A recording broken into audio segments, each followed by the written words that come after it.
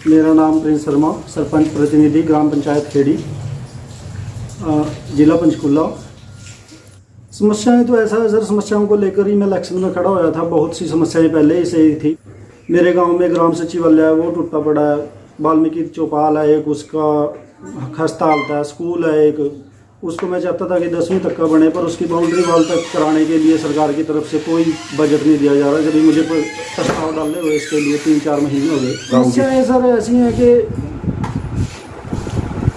Block में जाओ तो स्टाफ की कमी, एक जेई मेरे ख्याल से, और 43 पंचायतें,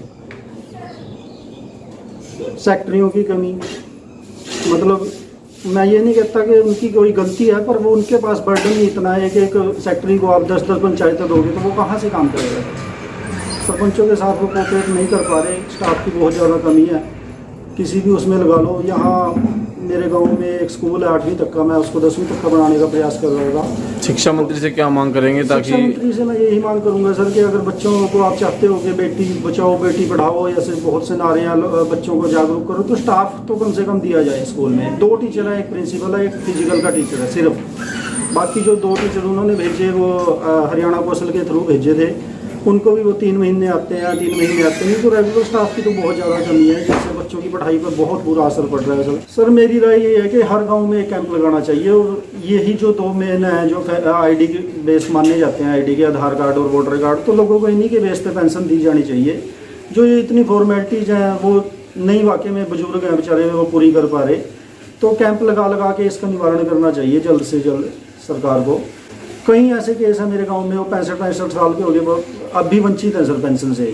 तो उनको क्या कह दिया जाता है कि वो उनको मैं कहीं से SC में भेजता हूँ या कहीं DC ऑफिस में भेजा मैंने उनको 1-2 बार कि आपके डॉक्यूमेंट्स में कमी है। अब सर आज के 60-65 साल पहले आप शिक्षा का तो देख ही रहे थे कि क्या हाल था। इतने पढ़े लिखे लोग नहीं थे गाँव में, तो चलो अभी बेचारा बहुत वो है नहीं, इतना एजुकेटेड है नहीं लोग, तो उनसे स्कूल एजुकेशन सर्टिफिकेट मांगा जाता है।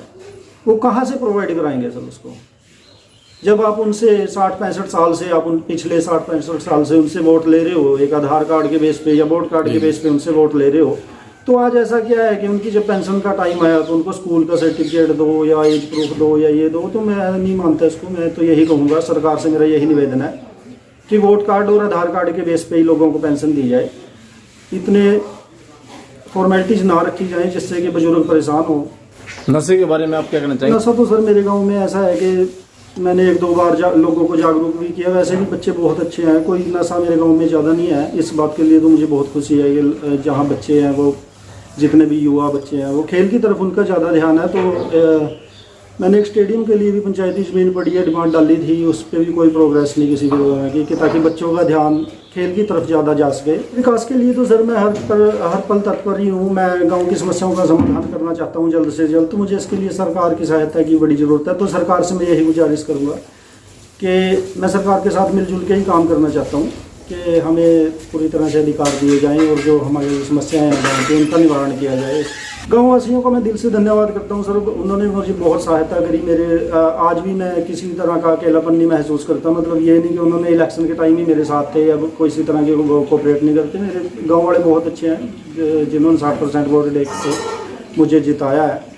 तो मैं भी उनके लिए करना चाहता हूँ सर, कुछ काम करना चाहता हूँ। जो उनकी डिमांडें हैं, जो उनके समस्याएँ हैं, तो वो नहीं मैं कर पा रहा। इसके लिए मुझे थोड़ी सी है मेरे अंदर के यार मैं पूरी तरह से उस पर पूरा नहीं उतर पा रहा।